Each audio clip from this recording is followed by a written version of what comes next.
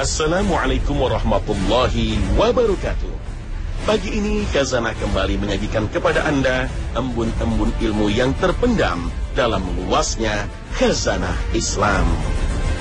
Pemirsa, banyak orang meyakini bahwa kondisi dunia saat ini berada di ambang datangnya tanda-tanda besar kiamat. Karena sudah sedemikian banyak tanda-tanda kecil yang bermunculan.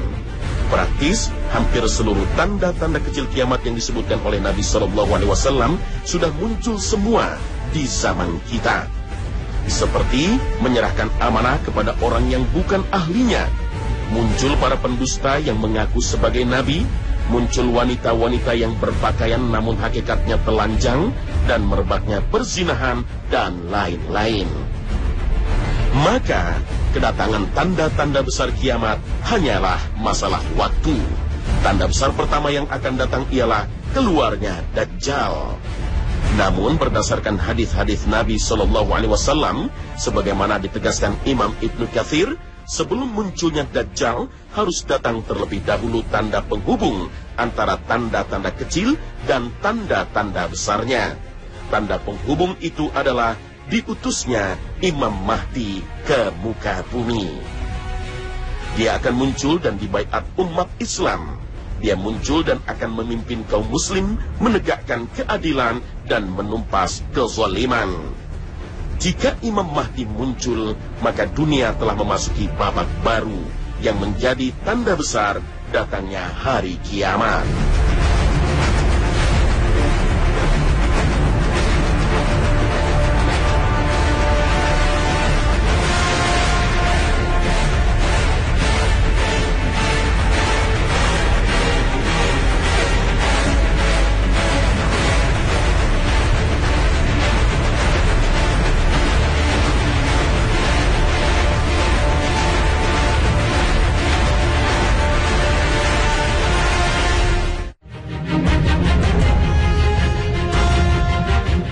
Nabi SAW mengisyaratkan bahwa Imam Mahdi pasti datang di akhir zaman. Dia akan memimpin umat Islam keluar dari kegelapan, kezaliman, dan kesewenang-wenangan menuju cahaya keadilan dan kejujuran yang menerangi dunia seluruhnya. Dia akan mengantarkan kaum muslimin meninggalkan babak keempat, era para penguasa diktator yang memaksakan kehendak dan mengabaikan kehendak Allah dan Rasul-Nya, menuju babak baru, yaitu tegaknya kembali kekhalifahan Islam yang mengikuti manhaj, sistem, atau metode kenabian. Rasul SAW bersabda, andaikan dunia tinggal sehari, sungguh Allah akan panjangkan hari tersebut sehingga diutus padanya seorang lelaki dari ahli baitku, namanya serupa namaku dan nama ayahnya serupa nama ayahku. Dia akan penuhi bumi dengan kejujuran dan keadilan sebagaimana sebelumnya dipenuhi dengan kezaliman dan penganiayaan. Hadis riwayat Abu Dawud. Lelaki keturunan Nabi Muhammad SAW itu adalah Imam Mahdi. Dia akan diizinkan Allah untuk mengubah keadaan dunia yang penuh kezaliman dan penganiayaan menjadi penuh kejujuran dan keadilan. Subhanallah. Nubuat atau prediksi Nabi SAW akan turunnya Imam Mahdi di akhir zaman ini menjadi persoalan tersendiri dalam sejarah Islam. Karena tak sedikit gerakan-gerakan tertentu memanfaatkan hadis tentang Imam Mahdi untuk mensukseskan agendanya. Berdirinya kekhalifahan Abbasiyah di Baghdad misalnya, gerakan yang berawal dari upaya penggulingan kekhalifahan Umawi di Damaskus ini semakin sukses setelah gerakan yang dipelopori keturunan dari paman Nabi SAW. Abbas bin Abdul Muttalib pada abad kedua Hijriah ini banyak didukung dengan kampanye politik yang menggunakan hadis-hadis Nabi tentang akhir zaman. Dengan mengobarkan semangat memunculkan sosok juru selamat Imam Mahdi, para pendukungnya di wilayah timur Khorasan berhasil memenangkan sejumlah pertempuran melawan para gubernur Umayyah. Perlawanan ini pun akhirnya berhasil. Kekhalifahan Umawi di Damaskus tumbang dan berdirilah kekhalifahan dinasti Abbasiyah yang berpusat di Baghdad, Irak. Kemenangan Bani Abbas dalam perebutan kekuasaan didukung oleh sejumlah alasan. Keahlian para pemimpin awal Bani Abbas dalam mengobarkan sentimen agama. Dalam hal ini, mereka banyak menggunakan pesan-pesan agama, utamanya yang tertuang dalam hadis-hadis Nabi Sallallahu Alaihi Wasallam. Bani Abbas berhasil mengkonsolidasikan kekuatan militernya dengan mengadopsi pesan-pesan yang terkandung dalam hadis-hadis akhir zaman, seperti warna hitam yang menyertai kedatangan Al-Mahdi. Fenomena mengusung sosok Imam Mahdi bahkan terjadi di masa generasi awal dalam Islam.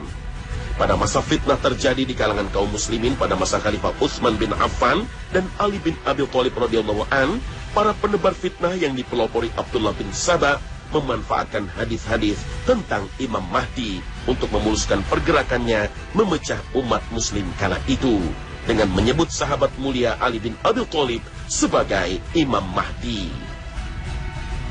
Gerakan pemurnian agama di Maroko pada abad ke-5 Hijriah dipimpin oleh Muhammad bin Tumar bahkan mengklaim dirinya sebagai Imam Mahdi.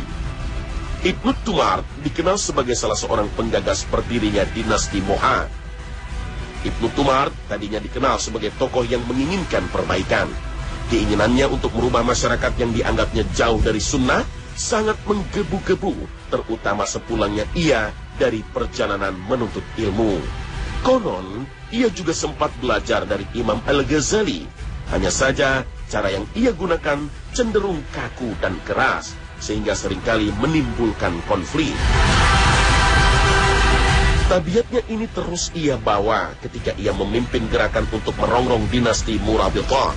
Ia begitu mudah membunuh dan menumpahkan darah, bahkan terhadap pengikutnya sendiri yang ia anggap tidak tulus mendukungnya.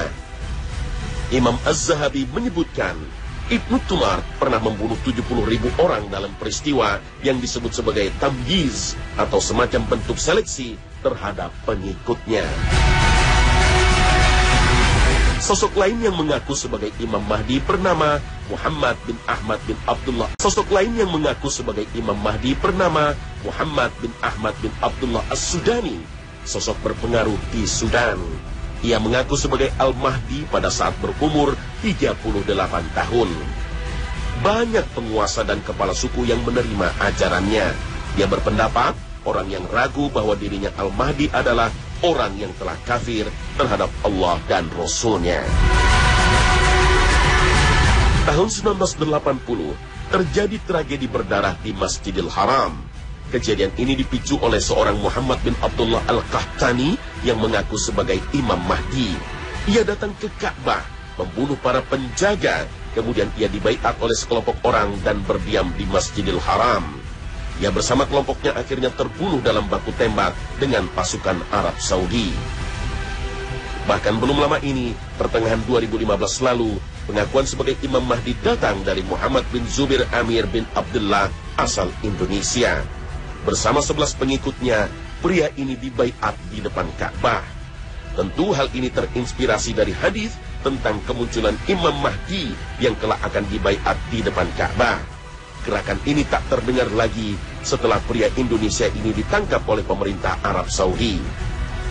Banyaknya kasus sosok-sosok atau gerakan-gerakan yang memanfaatkan hadis tentang Imam Mahdi tentu menjadi masalah tersendiri. Jika demikian, tentu tak mudah kaum muslim mengenali sosok Imam Mahdi sebenarnya, seperti yang dinubuatkan dan diprediksikan Nabi Sallallahu Alaihi Wasallam. Untuk itu, perlu mengenali tanda-tanda yang dituturkan Rasul Sallallahu Alaihi Wasallam akan datangnya Imam Mahdi.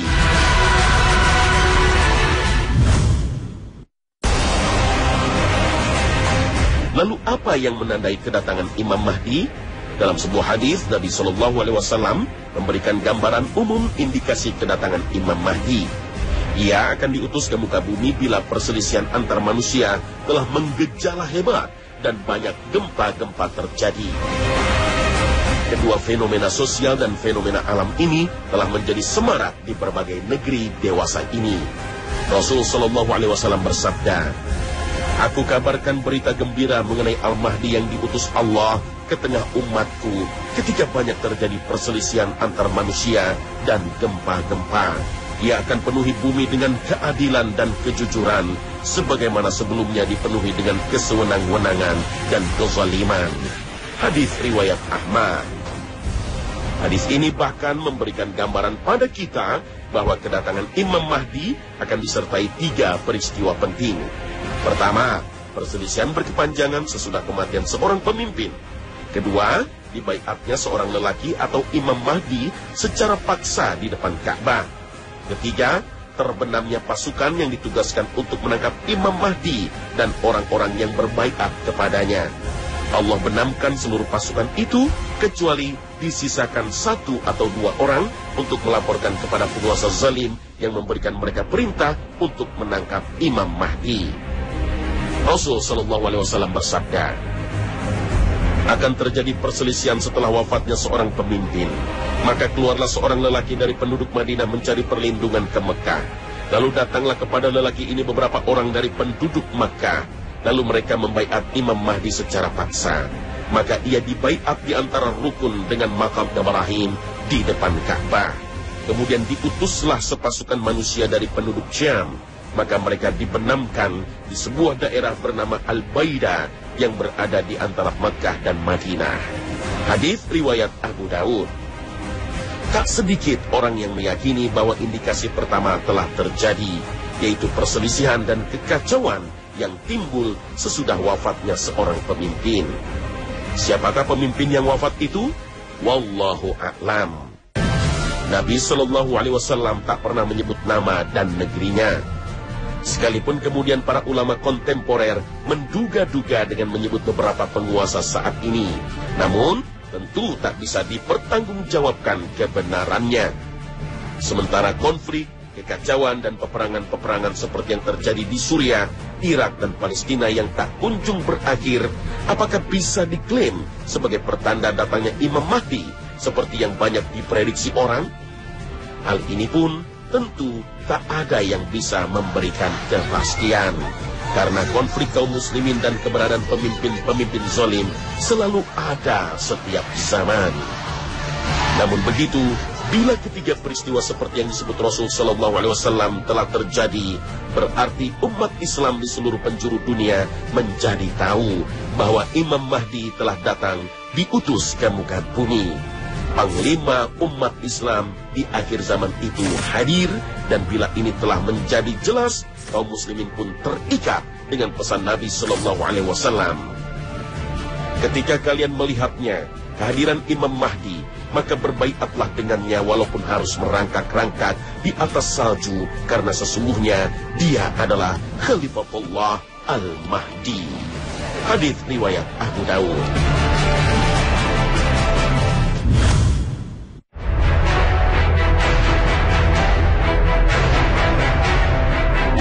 Imam Mahdi bukanlah nabi, bukanlah sosok yang maksum, tapi ia seorang pemimpin yang adil, seperti pemimpin-pemimpin adil lainnya yang pernah hadir dalam panggung sejarah Islam. Hanya saja ia menjadi istimewa karena kemunculannya di akhir zaman dan mengawali tanda besar datangnya hari kiamat, sebagaimana sabda Rasulullah Sallallahu Alaihi Wasallam. Perjuangan Al-Mahdi dijelaskan dalam salah satu hadis Nabi. Tidak akan terjadi hari kiamat sehingga kaum Rom turun di kota Amak, lembah Antioch selatan Turki, dan di Dabiq dekat Aleppo Syria. Kemudian datanglah suatu pasukan yang menghadang mereka dari Madinah, yang berasal dari penduduk pilihan bumi. Dan ketika mereka sudah berbaris-baris, maka berkatalah orang Rom, biarkanlah, jangan kalian halangi antara kami dengan orang-orang yang memisahkan diri dari kami, yang masuk Islam untuk kami perangi. Maka kaum muslimin berkata, demi Allah, kami tidak akan membiarkan kamu memerangi saudara-saudara kami. Dan ketika mereka telah sampai di Syam, keluarlah Dajjal. Dan ketika mereka sudah bersiap-siap untuk berperang, mereka berbaris. Dan ketika mereka sudah bersiap-siap untuk berperang, mereka berbaris dengan rapi.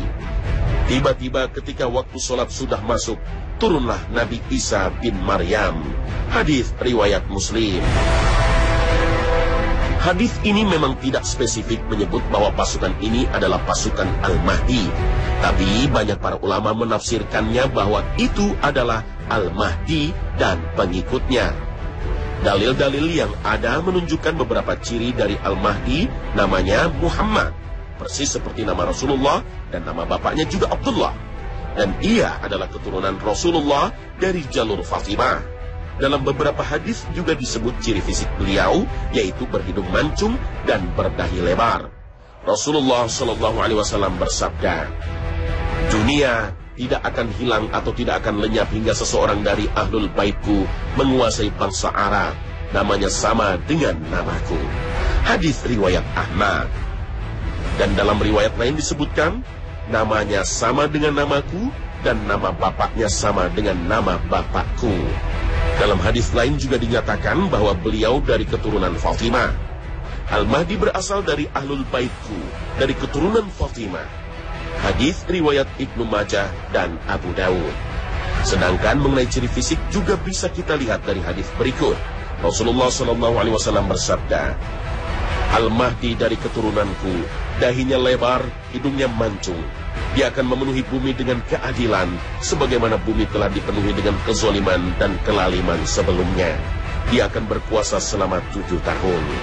Hadis riwayat Abu Dawud. Hadis ini juga menyebutkan bahwa Al-Mahdi akan menjadi seorang pemimpin yang adil, dan ia berkuasa selama 7 tahun. Sedangkan dalam hadis lain yang diriwayatkan oleh Hakim disebutkan, karena keadilannya Allah menurunkan hujan, bumi mengeluarkan tumbuhan, serta binatang ternak melimpah ruah dan dibagikan secara merata. Di samping itu, dalam hadis riwayat Ahmad disebutkan bahwa sosok Imam Mahdi merupakan orang yang Allah beri kesadaran dalam semalam. Bisa jadi ia sama sekali tidak pernah menduga bahwa ialah yang akan menjadi Imam Mahdi, karena pada hadis lain juga disebutkan bahwa awalnya ia menolak untuk dibaiat atau dilantik menjadi Imam Mahdi. Imam Mahdi akan berperan sebagai panglima perang umat Islam di akhir zaman. Beliau akan mengajak umat Islam memerangi para mulkan Jabriyah atau para penguasa diktator yang telah lama bercokol di berbagai negeri-negeri di dunia. Bila Allah mengizinkan Imam Mahdi untuk menang dalam berbagai perang yang dipimpinnya, maka pada akhirnya ia akan memimpin dengan pola kepemimpinan berideologi akidah tauhid, yaitu penghambaan manusia kepada Allah Subhanahu wa Ta'ala semata. Banyak ghazawat atau perang akan dipimpin Imam Mahdi, dan subhanallah, Allah akan senantiasa menjanjikan kemenangan baginya. Rasul sallallahu alaihi wasallam bersabda, kalian perangi Jazirah Arab dan Allah beri kalian kemenangan. Kemudian Persia, Iran, dan Allah beri kalian kemenangan. Kemudian kalian perangi Rum dan Allah beri kalian kemenangan. Kemudian kalian perangi Dajjal dan Allah beri kalian kemenangan. Hadis riwayat Muslim. Dalam hadis lain juga diterangkan peristiwa lain yang mengiringi kedatangan Imam Mahdi. Rasulullah SAW bersabda, ada 3 orang yang akan saling membunuh di sisi simpanan kalian. Mereka semua adalah putra khalifah, kemudian tidak akan kembali ke salah seorang dari mereka. Akhirnya muncullah bendera-bendera hitam dari arah timur, lalu mereka akan memerangi kalian dengan peperangan yang tidak pernah dilakukan oleh satu kaum pun. Lalu beliau menuturkan sesuatu yang tidak aku fahami. Kemudian beliau berkata, jika kalian melihatnya, maka baiatlah dia walaupun dengan merangkak di atas salju, karena sesungguhnya ia adalah Khalifah Allah Al-Mahdi. Hadis riwayat Ibnu Majah. Hadis berikut ini bahkan memberikan kita gambaran bahwa kedatangan Al-Mahdi akan disertai dengan munculnya pasukan berbendera hitam dari arah timur. Dan sampai hari ini masih banyak spekulasi tentang arah timur ini. Selain itu, dalam riwayat lain juga disebutkan bahwa kemunculan Al-Mahdi berdekatan dengan turunnya Nabi Isa alaihissalam. Ciri inilah yang tidak bisa dibuat-buat oleh siapapun. Rasulullah SAW bersabda, Isa bin Maryam turun, lalu pemimpin mereka Al-Mahdi berkata, "Salatlah mengimami kami." Dia berkata, "Tidak, sesungguhnya sebagian dari kalian adalah pemimpin bagi sebagian yang lainnya, sebagai satu kemuliaan yang Allah berikan kepada umat ini." Hadis riwayat Al-Harits bin Abi Usamah. Jika diperhatikan ciri-ciri Imam Mahdi yang disebutkan di dalam hadis-hadis yang bisa diterima, maka dapat kita kelompokkan ciri tersebut menjadi 2 ciri. Pertama, ciri yang bisa terdapat pada siapa saja selain Al-Mahdi, seperti kepemimpinan yang adil, murah hati, keturunan Nabi SAW, dahinya lebar, hidungnya mancung, pengikutnya memakai bendera hitam yang datang dari arah timur. Sedangkan ciri yang kedua, inilah yang menjadi bukti pamungkas akan keaslian Al-Mahdi yang tidak dapat ditiru atau dipalsukan oleh siapapun, yaitu bertemunya ia dengan Nabi Isa alaihissalam, bahkan menjadi imamnya. Wallahu a'lam. Pemirsa Khazanah, kemunculan Imam Mahdi merupakan tanda semakin dekatnya hari kiamat. Sebagai orang beriman, kita wajib meyakini kebenaran informasi dari hadis Rasul SAW, termasuk dalam hal kemunculan sosok Imam Mahdi. Ini tidak berarti kita langsung percaya begitu saja ketika ada suatu kelompok yang mengklaim bahwa merekalah pengikut Al-Mahdi dan dari merekalah Al-Mahdi. Jika saat itu datang, maka Allah akan menuntun orang beriman sehingga dapat mengidentifikasinya dengan baik. Terima kasih atas perhatian Anda dan wassalamualaikum warahmatullahi wabarakatuh. Terima kasih telah menonton. Like, share, subscribe.